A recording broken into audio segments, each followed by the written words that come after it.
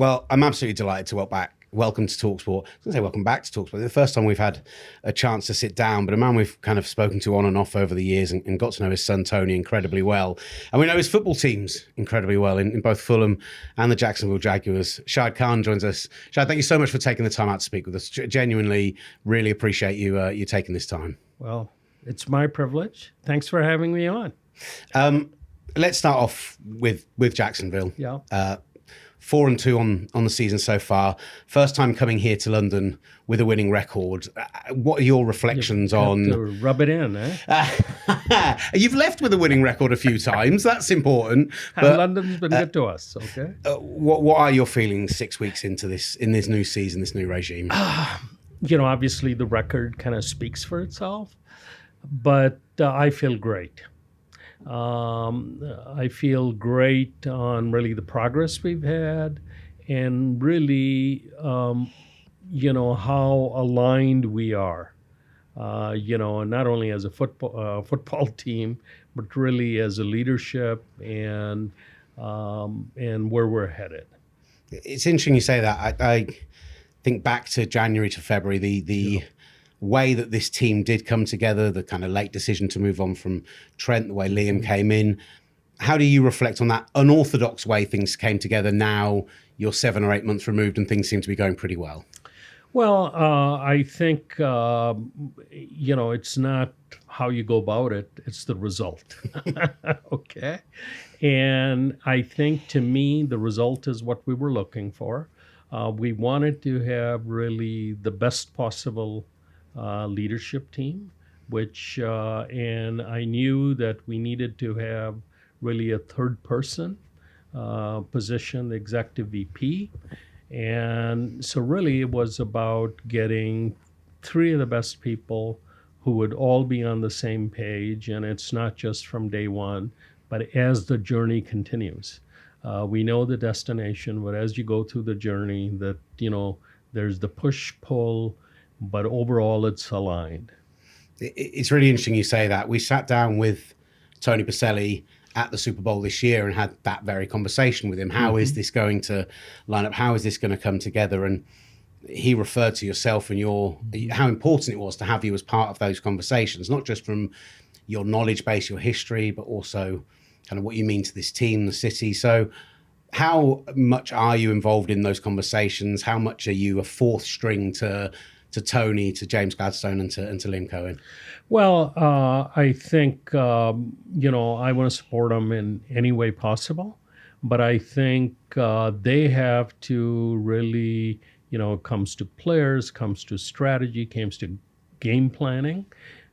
We have a very organized way of, obviously you hang around, you talk, but then also an organized way in the season and the off season, how to go about it.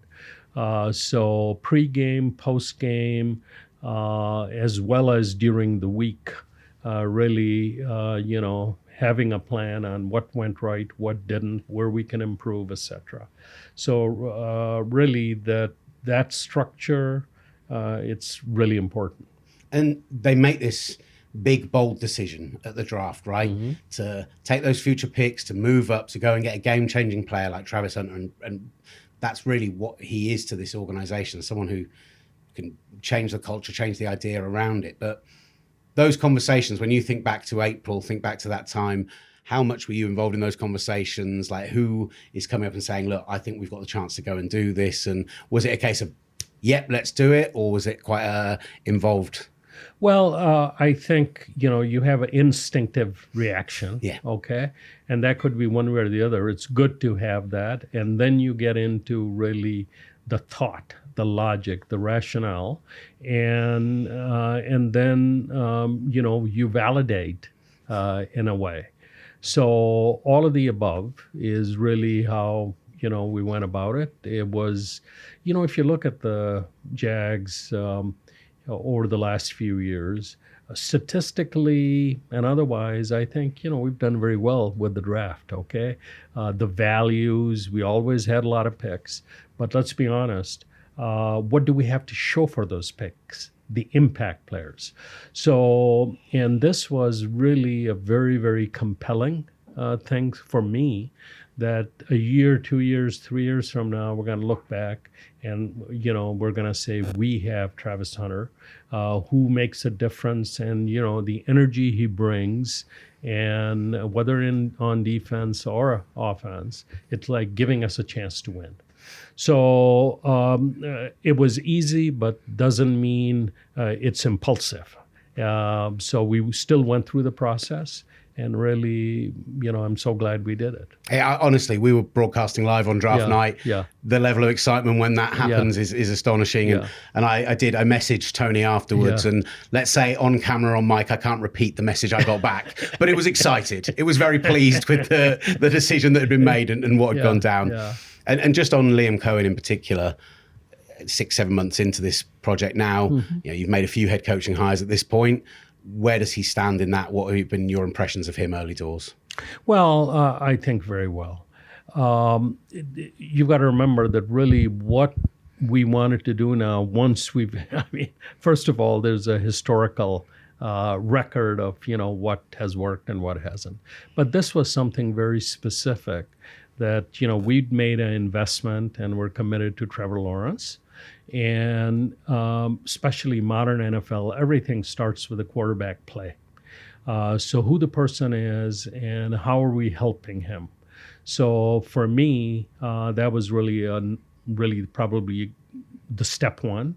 We want to have a head coach, someone who can mentor and really bring out the best in Trevor. And then after that, a leader for the team who's really can strategize, have a vision, in this case with James and Tony Baselli, and really, develop the team and then win games. So I think the short answer is I couldn't be more pleased, frankly. Fantastic. Yeah. Talking about investment, talking about commitment, 11th game at Wembley coming this weekend, 14th game in London. What keeps bringing the Jaguars back here time and time again? Why keep extending that deal? Well, because I think it's been great for the Jaguars, with all humility, been great for London, been great for the NFL, and it's been great for Fulham. So, and most importantly, city of Jacksonville. I think it's been, so if you look at all the stakeholders, we've all benefited. And we knew we started, it wasn't one and done kind of thing. It's unprecedented that we've had a commitment, an annual commitment from the Jacksonville Jaguars for play a game in London. We've kept it up. On that point, with the investments in Jacksonville, world-class football facilities, the redevelopment of the stadium obviously coming up, the accommodations, hotels and apartments and everything, is there still value in this annual commitment to the UK? Is it something you can see and envision carrying on for years to come? I can. Of course I can, yeah. And I think, it's very important for us, for the NFL, that it makes sense everywhere, because we don't make the schedule unilaterally, as you well know. But I think the value is there for all the parties, and I hope it continues for the indefinite future. It's, to me, really kind of fascinating to watch with that development coming. There's the language within the deals for the redevelopment that you may play additional games here over the coming years. So next year, potentially 2 games, potentially 3 games in 2027. Certainly the language is, that's the maximum. But was there ever a consideration of, we've got this base here now in London, we're going to need to move out of the stadium for a year, maybe that could be our home for a season? Was that ever in your thought process? No, it was not. And frankly, it doesn't make sense. So I think, for us, how we're going about it is really the best way that we can add the most value for all our stakeholders. From your perspective, considering the commitment you've had at Wembley, considering that redevelopment in Jacksonville, considering this, not far from here, that spectacular new Riverside stand at Craven Cottage as well. You are now going to be the owner of 2 of the best kind of stadiums in both America and here, right? Do those investments mean that the possibility of Wembley, something you looked at purchasing number of years ago. Is that off the table for you at this point? Is that something you would still consider? Well, I think anything is possible. But, at this point, I mean, there hasn't been any, further talk on it. Who knows what the future holds, And but at this point, we're not something we're actively pursuing. Finally, just on the point of the stadium, we know what new NFL stadiums can mean for the city where they're based. You talk about your stakeholders, you talk about the importance of Jacksonville. We spoke to Mark Lamping earlier in this off-season, and the word Super Bowl did come up in the conversation. Is that your hope and dream? Do you think that a Super Bowl in Jacksonville is a realistic opportunity in the near future? Well, the stadium, obviously, you design a new stadium, you do it, to meet all the needs. But a Super Bowl now has really kind of graduated to an event where it needs infrastructure besides the stadium, hotel rooms, infrastructure, and so on. And, Jacksonville doesn't have that. So, but it does have the ability to host other NFL events, maybe the draft, and maybe some other elements. But, city will have to develop before we can be in the mix. But it's a covered stadium. It's in Florida. A lot of attributes, but doesn't qualify. I did forget to skip. I skipped over one question, which I'll get in trouble with our Irish listeners if I don't ask, because you have become a stakeholder in Ireland now as well. Yeah. Might there be a season in the future where you think take a year off from Wembley and get over to Croke Park, take a game to Ireland potentially? Yeah, at this point, there's no discussion about that. So I think, if it really, there is a need for it or it serves, could be in the possibility. But right now, I mean, we're committed to Wembley. The continued international expansion is a big talking point around the league, right? 7 games this year, most we've ever seen. And as a member of that ownership group, I'm sure you're in these conversations regularly. But what do you think of the reports of the expansion to 18 games? Is that kind of growth in the NFL inevitable if they continue to take games abroad, if they continue to grow outside of the US? Mm-hmm. I think for most of the owners, I mean, that is the ambition, that really you want to grow the sport. You have to grow the revenue. So the 18th game helps. You also have to remember that NFL, almost half of the money goes to the players. Mm-hmm. So our goal is we want the salary cap going up, or what the players make going up. And one of the ways it can happen is obviously the 18th game. And, personally for me, I really like this idea that, we have a high salary cap. So Travis Hunter is a good example where we're talking about him. There are many athletes. Patrick Mahomes, they could have played many other sports. And so you have these athletes. We want them to pick NFL, American football. And money is a part of it. And the following, whether social media in college, the NILs, all of that really translates into the best athletes coming into the NFL.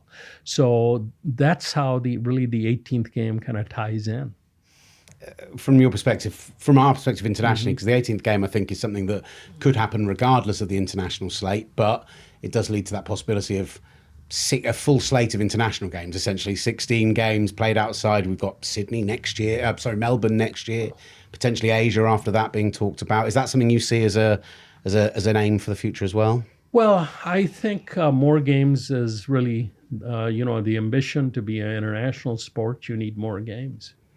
Yeah. There was some speculation last week as well about the possibility of holding the big events outside of the US. The Super Bowl being the one that gets touted, and Ndamukong Suh comes on the TV last week and goes, "This stadium is good enough to host a Super Bowl," and immediately our mentions blow up and you start talking about logistics and everything else. But is that something you could see happening in London, or if not the Super Bowl, you talked about those other events, the draft, the Pro Bowl, whatever? I think it's a progression. You probably want to have other events before the Super Bowl, really to develop the fan base, test the infrastructure, and and so on. From your perspective, you've obviously got a very strong connection. You talked about Fulham earlier being a big part of what is positive for Jacksonville being here as well. When you look over the years of your ownership with the club now and where the position is the club where you imagine they would be at this point of things, how you hoped they would be? Yeah, very much so, because I think, I can see the fair play rules. For us really to have a competitive squad, we've got to generate more revenue. And that was really the compelling, need for the Riverside stand or the Fulham Pier. So we are generating that revenue and we can invest in the squad. I think the next step for us is to be challenging for the Europe Cup. And they're really, you've got to be ambitious or you go home. So. Well, on that point, many Premier League teams have spoken out about how they've been impacted in the transfer window by PSR. Is it something you talked about the Riverside stand and that being part of your plan, but is it something you have found restrictive? Is there concerns about the ability to be competitive both here and also on the world stage? When you talk about Fulham, right? Yeah, so with Fulham, when you've got something like PSR or SCR coming in. I think you really, for the sport to be sustainable, you have to have some of those. You have to have some of those guidelines that have to be enforced. So there is competitive balance and there is sustainability. So all of that really is necessary, really, for the sport. Do you understand why there are some people who rally against it?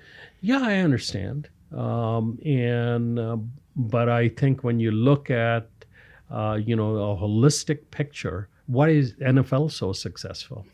Okay, salary cap. And it took a while, for it to make sense. And the sport is highly competitive. And frankly, when you look at Premier League, why is it by far the most successful soccer or, English football league in the world? Competition. You have competitive balance. And I think those rules keep the competitive balance. And with that competitive balance, the media rights go up and the money. So that's the other way of really transferring the revenue. And you look at the other leagues, in the world, I'm talking about soccer leagues, they don't have the competitive balance and they don't have the media rights. So it's basically unsustainable. It's interesting you raise that because obviously you've been at the forefront of bringing the NFL outside of the US with the Jaguars. And we're going to be seeing Serie A games, La Liga games played abroad now. Is that something that you would support, at least looking into taking the Premier League outside of the UK? Well, let me just explain. NFL, why are we doing what we're doing? Okay, because it's a very American-centric sport. It's a huge cultural phenomenon in the U.S. It's saturated. For us to have the growth, we need international. Okay, but when you look at the Premier League, it's already an international sport. As I just said earlier, by far the most competitive league in the world. So I would then question what is the need for it. So where the game is played, it has huge amount of international following, and it's competitive. So I would kind of question really the need, looking at it. That it's not what NFL needs and what Premier League. They're two different things. Steve Parish was in the studio this past weekend and basically said exactly. He said he thinks that the Premier League's the only league in the world which doesn't need to do something like that. So sounds like owners are on the same page on that. Well, that's my perspective. Okay. So and I'm coming at it from a very different viewpoint. The NFL needs it, and the Premier League doesn't need it for the same exact reasons. I want to ask just from a personal perspective. We've gotten to know your son Tony quite well over recent years. He joins us regularly at the Super Bowl, and we talk Fulham, we talk Jags, we talk a bit of AW as well. But just from your perspective, getting to work so closely with Tony, how special is that for you that you get to have someone so close to you in there in the club get involved? Well, I think it's really a privilege, and it's really a gift. Okay. And I remember, obviously, being born in Pakistan. I mean, you have families, and pretty much everything is like a family business. Um, you survive as a family, okay? One helping the other, whether the kids helping the parents, parents helping the kids, helping the siblings. And, I work with my dad ever since I could walk, okay? From doing simple menial things to, when I was 10 or 12, picking up things for a construction project or, things like that. And it was really the spirit and just the personal satisfaction you get. Most people, unless they're working as a family to survive, don't get that. No. So I have, I really enjoyed that. You want to be able to support him. You want him to have the success he's enjoying. And it's such a fulfilling thing. Frankly, it's really hard to describe. And just from your perspective, you talked about your background there. Yeah. Why was it sports so much you wanted to invest in? You've moved to America, you've become incredibly successful, but then your ventures, you went into Jacksonville. There was talk about maybe the Rams at one point as well, and then Fulham. What was it about sports that was the area of growth that you've wanted to go and invest in? Well, I mean, I've liked sports, but obviously I played cricket. And, part of the, first of all, cricket doesn't exist in U.S. And part of the... They're trying. They are trying. There's T20 league now. Yeah. But it's light years from where it needs to be compared to what it would be in India or Pakistan. Okay. So... it doesn't move the needle, and certainly, you go back 50 years ago, was unheard of, just explaining it. So, and I played a little bit of tennis in high school and what have you. But I really kind of discovered sports with Tony. And as, my history, I started working as a teenager and, you graduate from engineering school, you're working in factories, and then you have success. I would have, our customers, our suppliers, banks invite you to an event. And I was like, no. I work 12 hours. I want to pick up our hamburger on the way for my wife and myself, or maybe for my son, and I want to go have it and go to bed,